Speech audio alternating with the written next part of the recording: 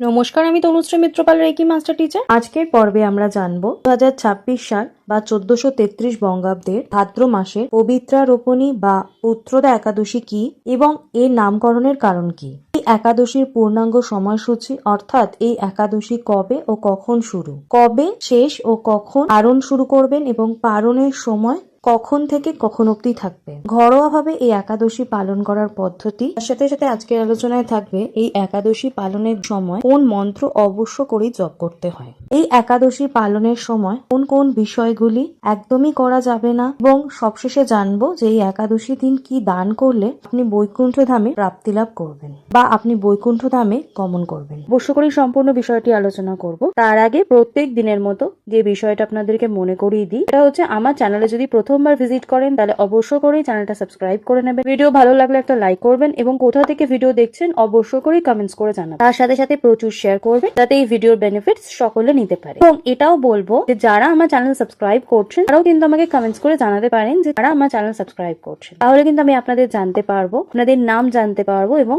তাহলে কিন্তু আমার ভালো লাগবে। তার সাথে সাথে আরেকটা বিষয় বলবো, হচ্ছে আমি বৃহস্পতিবার দিন, শনিবার দিন এবং রবিবার দিন 3 দিন কিন্তু লাইভ করি। তো যারা আমার সাথে সরাসরি কথা বলতে চান আপনারা কিন্তু 5:30 থেকে জয়েন করতে পারেন। আমি কিন্তু লাইভে আপনাদের সাথে সরাসরি কথা বলি এবং আমি কিন্তু আপনাদের রিকোয়েস্টেই কিন্তু ফ্রিতে হিলিং করে থাকি। তো আপনাদের যদি কোনো সমস্যা থাকে তার হিলিং এর জন্য বা আমার সাথে যোগাযোগ করতে চান, কোনো বিষয় আলোচনা করতে চান, তার জন্যও কিন্তু আপনারা বৃহস্পতিবার, শনিবার দিন এবং রবিবার দিন 3 দিন 5:30টায় আমার সাথে লাইভে যোগাযোগ করতে পারেন। পুত্রদা একাদশী অর্থাৎ পুত্র দানকারী একাদশী একটি হিন্দুদের পবিত্র দিন, যা পৌষ বা ডিসেম্বর জানুয়ারি হিন্দু মাসের শুক্লাপক্ষের 11তম চন্দ্রা দিবসে পড়ে। শ্রাবণের জুলাই আগস্ট অপর পুত্রদা একাদশী থেকে পৃথককরণের জন্য এই দিনটিকে পৌষ পুত্রদা একাদশী বলা হয়। অন্যদিকে শ্রাবণ পুত্রদা একাদশীও বলা হয়। শাস্ত্রমতে একাদশী ব্রত পালন করলে পূর্ব জন্মের ও বর্তমান জীবনের সমস্ত পাপ থেকে মুক্তি মেলে।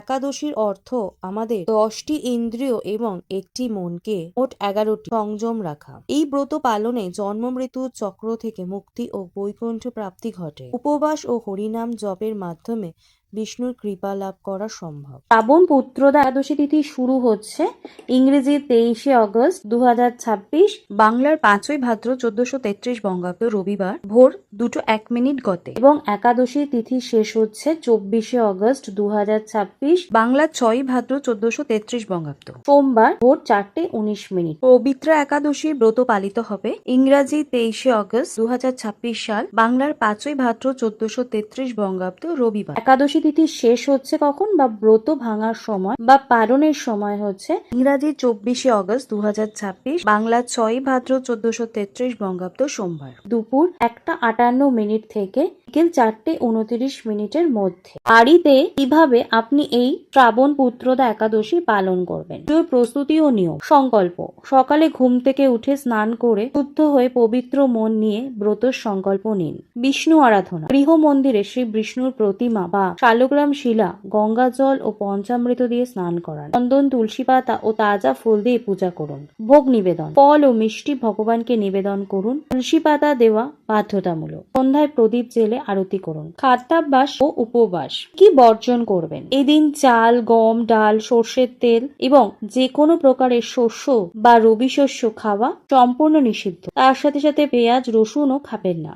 কি কি খাওয়া যেতে পারে? স্বাস্থ্য অনুযায়ী নির্জলা, যা জল ছাড়া বা জল খেয়েও কিন্তু বা শুধু ফল দুধ খেয়েও কিন্তু উপবাস করতে পারেন। অনুকল্প হিসেবে সাবু, আলু বা ফলমূল গ্রহণ করা যায়। ব্রত ভঙ্গ ও পারণ: পরদিন সকালে দ্বাদশী তিথিতে সূর্যোদয়ের পর নিয়ম মতো পূজা করে ব্রাহ্মণ ও দরিদ্রকে দান করুন। পারণের সময় নির্দিষ্ট পারণ সময়ের মধ্যে প্রসাদ গ্রহণ করে ব্রত সম্পন্ন করুন। এই দিন কি মন্ত্র দিয়ে পুজো করবেন বা জপ করবেন? এই দিনকে অবশ্য করে ওং নমঃ ভগবতে বাসুদেবায় এই মন্ত্রটি 108 বার জপ করতে হবে। তার সাথে সাথে আপনারা ভগবত গীতার পাঠ করতে পারেন। মাথায় রাখতে হবে এই দিন কোনোভাবেই কোনো তামসিক খাবার যেন গ্রহণ না করেন, এগুলো কিন্তু নিষিদ্ধ। এবং সারা দিন ভগবান বিষ্ণুর ভজন কীর্তন গাওয়া উচিত বা শোনা উচিত। তার সাথে সাথে কিছু কিছু ভক্ত রয়েছেন যারা সারা রাত জেগে ভজন পাঠ ও প্রার্থনা করেন।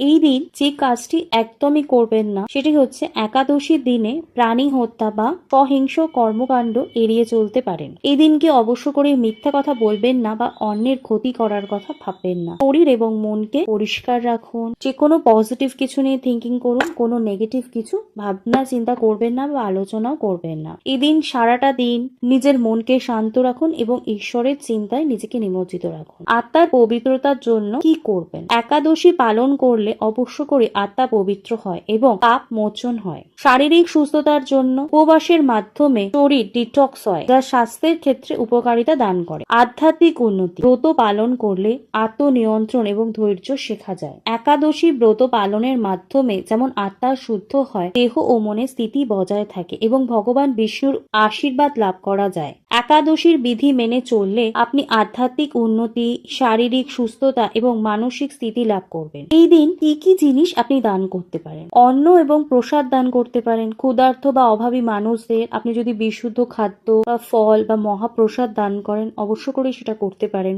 বস্ত্র দান করতে পারেন। যারা দরিদ্র, শীতার্থ বা প্রয়োজনীয় ব্যক্তিদের জামা কাপড় বা বস্ত্র দান করতে পারেন। গো সেবা করতে পারেন। গরুর খাবার বা গ্রাস দান করতে পারেন। ব্রাহ্মণকে সেবা করতে পারেন। ব্রাহ্মণদের সাধ্যমতো দান দক্ষিণা বা প্রয়োজনীয় সামগ্রী প্রদান করতে পারেন। দিন আপনি কোনো শস্য দানও করবেন না বা গ্রহণও করবেন না। অবশ্য করে এই ভিডিও মিস করবেন না। প্রচুর শেয়ার করুন যাতে সকলে এই ভিডিওর বেনিফিটস নিতে পারে।